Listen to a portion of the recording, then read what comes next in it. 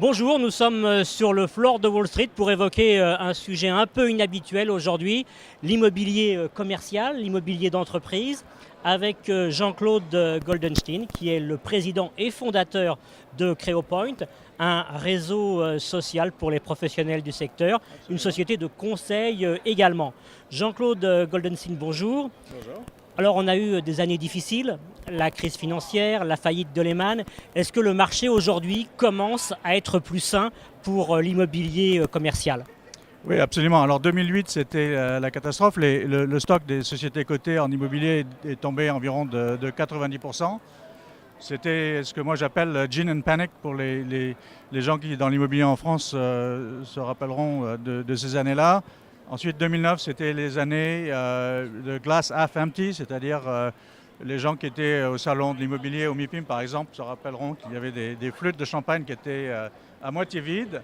2010, c'était la flûte de champagne qui était à moitié pleine, dirons-nous. 2011, je ne vais pas pouvoir répondre à la question de manière générique. Est-ce que c'est bien reparti ? C'est très bien reparti pour certains types de produits. À Paris, les immeubles classe A, par exemple, ça va très bien. Londres, New York, pas aussi bien, par exemple, pour des marchés secondaires ou tertiaires. Donc je dirais, pas tout le monde boit du champagne. Certains investisseurs, certains propriétaires boivent du cidre. Alors est-ce qu'il y a des grands projets qui quand même font un petit peu rêver les professionnels du secteur ? Ah bah oui, déjà en France, il y a le Grand Paris, il y a Euroméditerranée, il y a dans un certain nombre de grandes villes des projets très intéressants. Dans le domaine du développement durable aussi, les Français ont pas mal de choses à dire. C'est l'année des Jeux Olympiques en Angleterre, donc évidemment tout ce qui tourne autour de ce que fait Londres dans la partie est de la ville va être très intéressant. Le Qatar fait aussi des choses intéressantes dans le domaine du développement durable. Ils sont en train de revitaliser, remoderniser la ville de Doha. C'est un énorme projet de 4 milliards d'euros pour le redéveloppement. Donc je dirais que c'est ces trois gros projets. Alors évidemment, on est à New York, donc on ne va pas oublier non plus tout ce qui se passe autour du New York Stock Exchange. Alors le secteur de l'immobilier d'entreprise suit en général la conjoncture.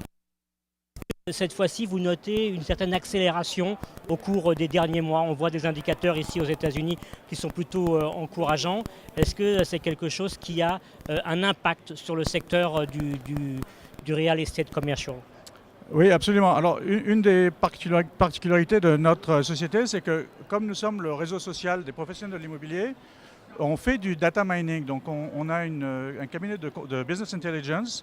Et une des choses qu'on suit pour nos clients, comme GE Capital ou en France CBRE ou Ernst & Young ou Crédit Foncier, c'est qu'on regarde par exemple le nombre de fois où le mot Double Deep Recession est mentionné sur l'Internet. Donc en France, par exemple, nous avons 6000 sources d'informations, des blogs, des tweets, une chaîne que vous connaissez très bien. Donc on regarde et on dissèque tout ce qui se dit sur ces chaînes en fait, et on regarde le nombre de fois où le mot Double Deep Recession est utilisé.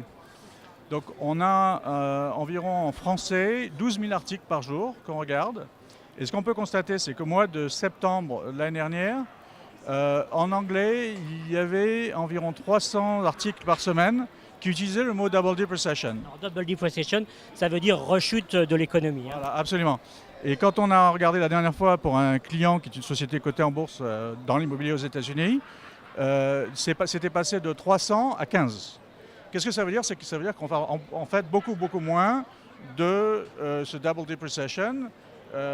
Et donc la sagesse en fait de tous les gens qui sont sur l'immobilier, sur l'internet et qui parlent d'immobilier et qui parlent de bourse, en fait tend à penser que ça va mieux. Si on en parle moins, c'est que ça va mieux. Et donc, je ne suis pas étonné que le cours de l'action des REITs va beaucoup mieux.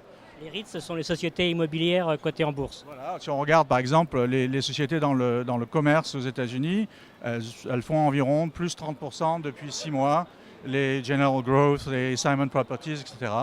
Aussi bien que des sociétés de services telles CBRE ou Jones Lang qui sont dans les leaders en France. Jean-Claude Goldenstein, merci.